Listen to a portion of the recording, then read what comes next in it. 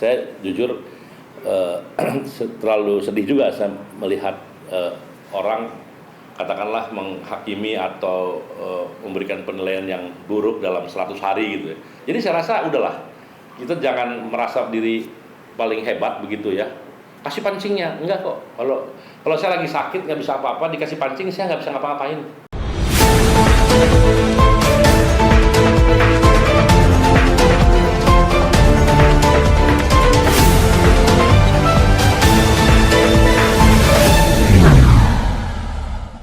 Ya, salah satu kritik terhadap demokrasi itu kan harus bisa dilakukan kalau masyarakatnya cerdas, sehingga dia tidak mudah diombang-ambing gitu ya.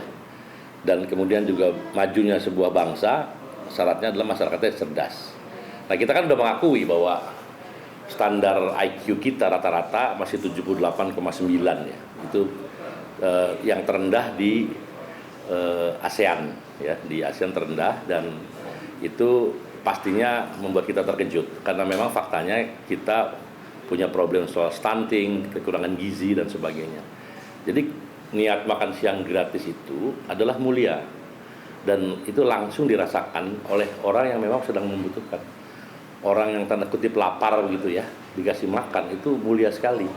Jadi karena itu tidak ada alasan untuk program ini tidak didukung. Justru kita harus mendukung program ini. Jadi itu yang menjadi nah, bahwa dalam proses delivery, proses di lapangan terjadi banyak hal itu pastilah ya kan. Ini kan bukan negara Singapura, bukan negara kota. Kita terbentang dari Sabang sampai Merauke, ada sekian belas ribu pulau ya kan. Dan pastinya akan menemui banyak problem di proses delivery itu, implementasi ya. Tentu wajar dan itu memang harus segera diatasi, dan ini pengalaman pertama yang bangsa ini lakukan.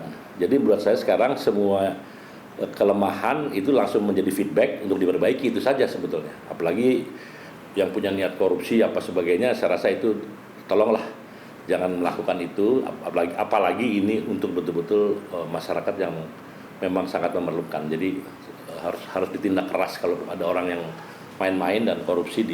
Boleh untung pasti dalam proses ya untung wajar lah, mungkin 5-10% untung dalam proses pembelian bahan-bahan dan sebagainya, tapi jangan kemudian sampai merugikan masyarakat yang menjadi target itu, kira gitu. Ya ini memang bukan sekedar pelaksanaan di lapangan ya, tapi ini ada supply chain juga kan. Kayak misalnya yang saya dengar itu ya, di Indonesia itu baru bisa sehari itu menghasilkan 100 juta telur.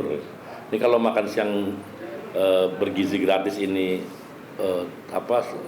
total penuh ya, itu dibutuhkan dengan 300 juta telur ayam. Artinya kan ini akan memicu peternak-peternak telur harus bekerja. Ini jadi sebenarnya ini luar biasa nih dampak, namanya spill over ya. Spill over dari kegiatan ini dahsyat sekali karena ada uang, kalau pada full capacity kan sampai hampir 500 triliun ya. Itu berarti kan beredar di mana-mana. Beredar membanjiri masyarakat dengan uang yang produktif tentunya ya.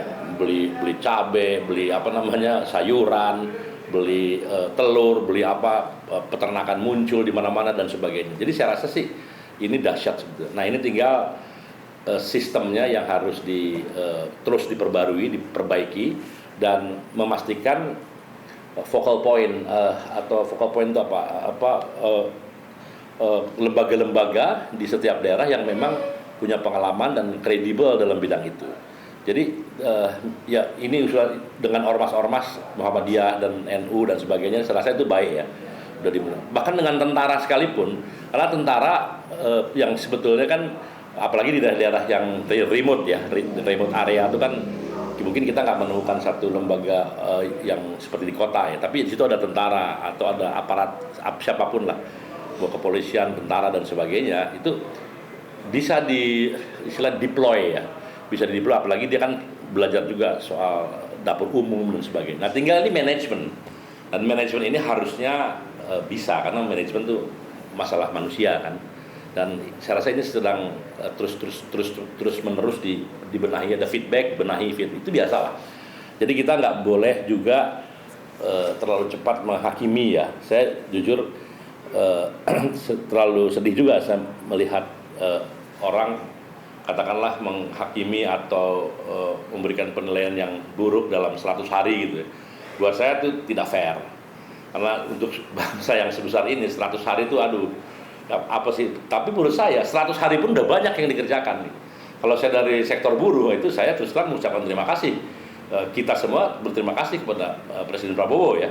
Dia dengan gagah patriotik mengumumkan langsung kenaikan upah 6,5%. Kemudian ada lagi UMKM yang hutangnya udah puluhan tahun dihapus bukukan sehingga mereka bisa mendapatkan sertifikat dan kemudian tagihan datanya dihapus dan dia bisa mulai berusaha lagi. Kemudian juga semacam yang rame-rame soal reklamasi dan sebagainya yang dianggap memastikan rakyat bakal menderita itu dibatalkan dan sebagainya. Saya rasa ini 100 hari ya. 100 hari itu jadi gini ya, membatalkan ya atau membatalkan lah gitu. Itu itu kebijakan. Ya, tidak harus kebijakan itu membangun gitu. Ya, ngerti nggak saya? Membatalkan sebuah kejahatan itu juga satu capaian yang luar biasa. Karena banyak faktanya ya kita rasakan dalam pemerintahan selama inilah begitu ya, yang ada sebenarnya kejahatan yang sedang terjadi tapi membatalkan itu nggak berani gitu. Nah sekarang dia berani. Nah buat saya ini harus di-endorse dan ya kita lihatlah perkembangannya sambil terus memperbaiki. Kayak kemarin soal ini nggak ngelantur kemana-mana nih ya. Ya misalnya soal efisiensi. Ya saya rasa efisiensi itu saya sendiri menyatakan bahwa sebelum-sebelumnya nih soal pembangunan infrastruktur dan sebagainya terlalu ugal-ugalan dan korbannya terlalu banyak sekali, baik itu di karya-karya, perusahaan karya ya yang terlibat korupsi dan sebagainya. Dan ini akan terus terbongkar, kan udah mulai nih terbongkar satu persatu karena memang tidak dilakukan dengan prudent, dengan hati-hati, yang bahkan banyak menyatakan tidak diperlukan masyarakat tapi dibangun. Justru yang diperlukan misalnya irigasi teknis, persawahan, pengairan itu malah tidak diseriusi, padahal itu bisa untuk fondasi bagi swasembada misalnya. Zaman Pak Harto dulu kan yang dibangun irigasi itu. Nah sekarang kita tahu ada lebih dari 50%, 60% irigasi teknis itu rusak. Nah harusnya kan infrastruktur ke sana, tapi ini kan buat yang lain-lain yang mercusuar gitu. Nah ini kan dikoreksi dan tentu mendapatkan angka sampai ratusan triliun tadi, 300 triliun lebih. Nah bahwa kemudian ini yang saya harapkan ini memang niat baik itu harus ditangkap oleh para pembantunya bahwa jangan sembarangan untuk memotong anggaran itu. Anggaran yang bisa dipotong tapi yang tidak seharusnya dipotong jangan dipotong gitu. Misalnya tadi kan ada koreksi kan, Profesor Sophie Dasko kemudian Menteri Keuangan mengatakan tidak akan ada orang yang honorer ataupun yang sudah dapat upah dari negara selama ini itu berhenti gara-gara efisiensi. Itu kan sebenarnya koreksi. Tapi itu keburu nyebar duluan, akhirnya rame gitu kan. Nah ini menurut saya sebelum itu diputuskan memang ada baiknya pernyataan the do's and the don'ts gitu istilahnya. Mana yang harus, mana yang tidak boleh diefisiensikan. Kayak menggaji orang nggak boleh gitu, kira-kira begitu. Jadi saya rasa niat itu boleh jadi mungkin ya bisa lebih dari 300 triliun hal-hal yang bisa diefisienkan. Boleh jadi karena pembangunan yang lain mungkin ya, kita tahu korupsinya juga besar ya, apalagi di bidang yang non kemanusiaan ya. Nah menurut saya ini jalan terus ya. Tapi di lain pihak kan kita lihat kemarin baru ada pengumuman, ada stimulus, ada diskon listrik, ada diskon THR segera dibayarkan. Pokoknya banyak sekali stimulus-stimulus yang memberikan masyarakat harapan punya uang gitu. Dan saya rasa termasuk stimulus kepada perusahaan-perusahaan yang mungkin kesulitan dan sebagainya. Dan ini semua kan dalam menjaga keseimbangan supaya masyarakat daya belinya terjaga. Makan siang gratisnya nggak boleh diganggu.